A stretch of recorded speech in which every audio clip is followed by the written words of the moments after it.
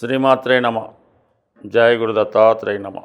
ఈ వీడియోలో మనం వృషభ రాశి వారికి సెప్టెంబర్ 16 నుంచి 30వ తారీఖు మధ్యలో జరగబోయే పక్ష ఫలితాలు పరిశీలించినప్పుడు ముఖ్యంగా ఈ వారంలో మారినటువంటి కుజ, శుక్ర, బుధ, రవి గ్రహాల ప్రభావం ఈ రాశి వారి మీద ఏ విధంగా ఉండబోతుంది అని తెలుసుకునే ప్రయత్నం చేద్దాం. ముందుగా అనుకూలంగా ఉన్నటువంటి గ్రహాల కోసం ఆలోచించినప్పుడు మనకి పంచమ స్థానంలో బుధగ్రహం ఉచ్చస్థానంలోకి రావడం జరిగింది.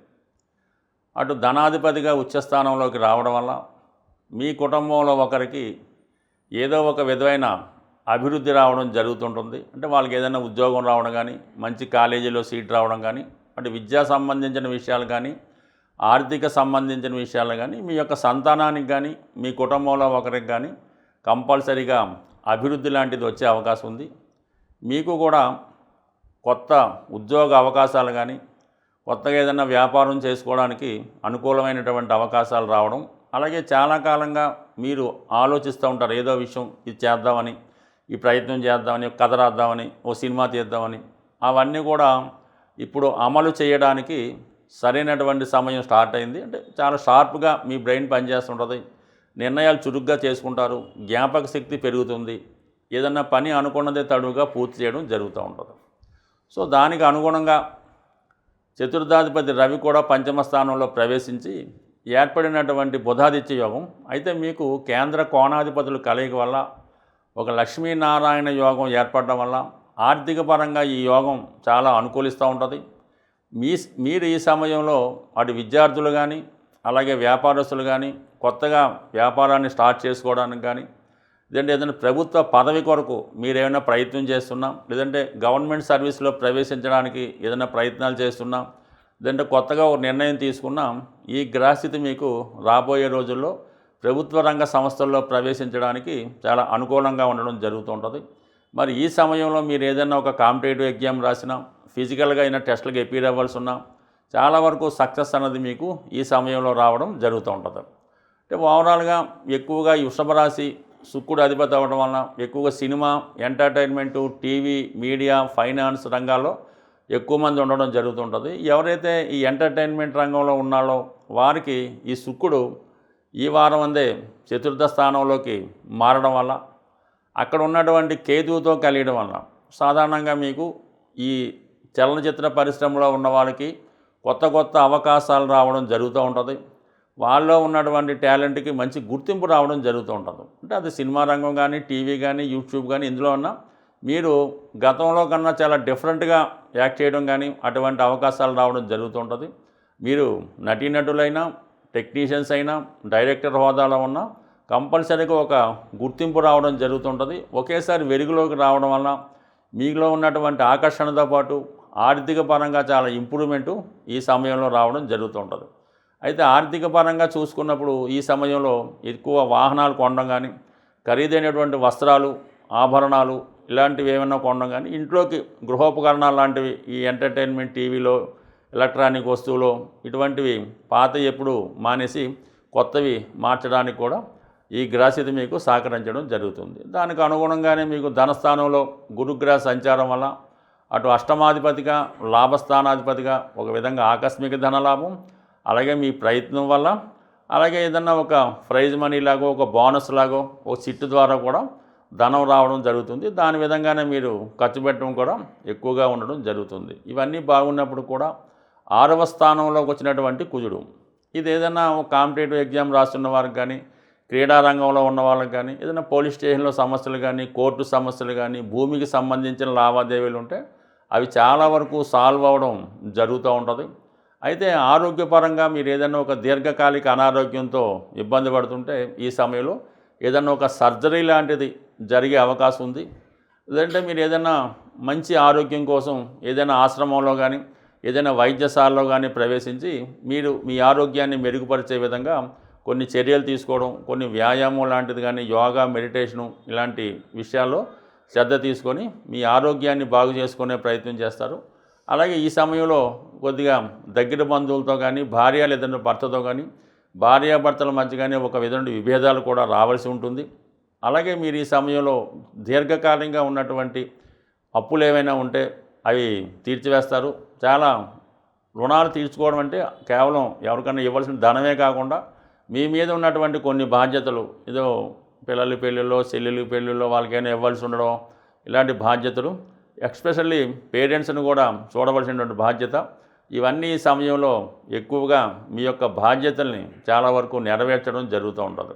బట్ ఏదైనా ప్రమాదకరమైన వృత్తుల్లో ఉన్నవాళ్ళు, వాహనాలు వేగంగా నడుపుతున్నవారు, అలాగే కొన్ని ప్రమాదకరమైనటువంటి చోట్లకి వెళ్తున్న వాళ్ళు చాలా జాగ్రత్తగా వ్యవహరించవలసి ఉంటుంది. మిగతా గ్రహాలన్నీ అంటే గురువు కూడా ఈ 6వ స్థానాన్ని వీక్షించడం వల్ల పెద్దగా ఇబ్బంది అయితే ఉండదు.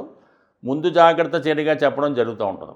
సో ఏదైనప్పటికీ కూడా శని లాభస్థానంలో ఉండడం వల్ల కూడా వృత్తిలో అభివృద్ధిని కోరుకునేవాళ్ళు, ఏదైనా ప్రభుత్వ పదవి మీకు రావాల్సి ఉంటే వారసత్వంగా కానీ, నామినేటెడ్ పోస్ట్ కానీ ఏదైనా మీకు రావాల్సి ఉంటే ప్రభుత్వ రంగ సంస్థల్లో కానీ, రాజకీయ రంగంలో కానీ, ఎండోమెంట్స్లో కానీ మీకు ఏదైనా ఒక ఉన్నత పదవి లాంటిది, ఆదాయం వచ్చే పదవి లాంటిది కూడా వచ్చే అవకాశం ఉంది. ఏదైనా మీ ప్రయత్నం మీరు చేయండి. కంపల్సరిగా ఈ గ్రహాల అనుకూలతో ఏదో ఒక సక్సెస్, ఏదో ఒక లాభం ఈ పక్షంలో మీకు కంపల్సరిగా దొరికే అవకాశం ఉంటుంది.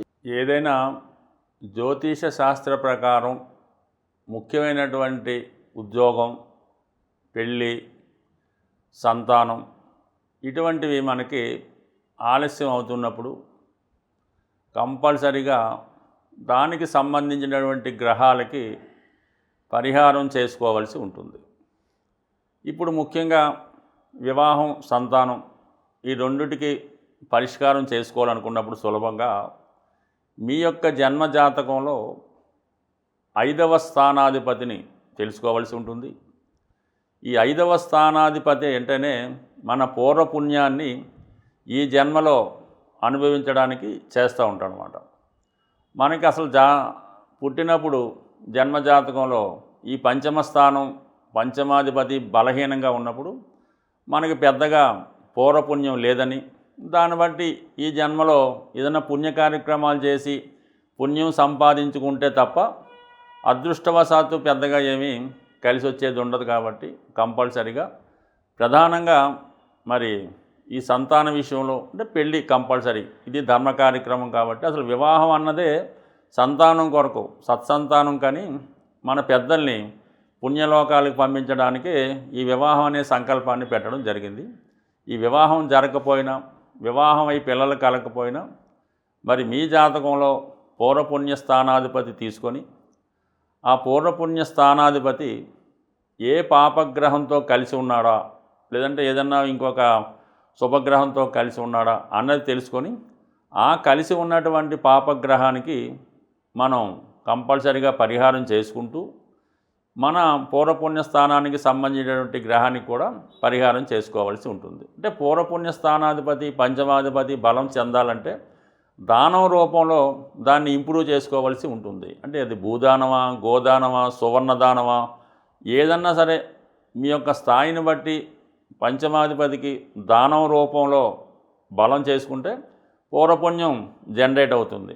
అయితే దానికి ఒక పాపగ్రహం చూసినా, ఒక పాపగ్రహం కలిసి ఉన్నా ఆ పాపగ్రహానికి పరిహారం చేయాలి. అంటే దానికి దానం రూపంలో కాకుండా ఆ గ్రహానికి జపం చేయించడం వల్ల కానీ, లేదంటే ఆ గ్రహానికి సంబంధించినటువంటి దేవతని ఆరాధించి హోమం, అంటే జపంతో పాటు జపము, దానం, తర్పణం, హోమం ఇవన్నీ చేయించుకోవడం వల్ల ఆ గ్రహం సంతృప్తి చెంది మీకు శీఘ్ర ఫలితాన్ని ఇవ్వడం జరుగుతూ ఉంటుంది. అంటే దీనికి ఇంకా సులువైన టెక్నిక్గా మనం తెలుసుకోవాలనుకుంటే, ఏదైనా మనకి ఒక పాపగ్రహ ప్రభావం జలతత్వ రాశుల్లో పడినప్పుడు అభిషేకం ద్వారా, అగ్నితత్వ రాశుల్లో పడినప్పుడు హోమం ద్వారా ఈ పరిహారం చేసుకోవడం వల్ల మరింత తొందరగా ఆ పరిహారం మనకి లభించే అవకాశం ఉంది. అయితే నేను చెప్పినటువంటి ఈ రెమెడీ కొద్దిగా జ్యోతిష శాస్త్ర పరిజ్ఞానం ఉన్న వాళ్ళకి అర్థమవుతుంది. ఇక సాధారణ వాళ్ళ యొక్క జ్యోతిష్కుని చూపించుకొని తగు విధంగా ఈ పరిహారం చేసుకోవడం వల్ల ఒకవేళ జరగకపోయినా ఏం లేదు, మీరు ఏదన్నా పంచమ స్థానాధిపతి, పంచమ స్థానం ఈ పూర్వపుణ్యాన్ని ఇంప్రూవ్ చేసుకుంటే అటు స్త్రీలకు సౌభాగ్యయోగం, మగవారికి అదృష్టయోగం అన్నీ కూడా సమకూరుతూ ఉంటాయి. దానివల్ల ఏంటంటే సరైనటువంటి జ్యోతిష్కుడి వద్ద జాతకాన్ని చూపించుకొని దానం రూపంలోనే ఈ పంచమాధిపతిని ఇంప్రూవ్ చేసుకుంటే మీ యొక్క పూర్వపుణ్యం జనరేట్ అయ్యి ఈ జన్మలో జరగవలసినటువంటి ముఖ్యమైన కార్యక్రమాలు జరిగే అవకాశం ఉంది. స్వస్తి.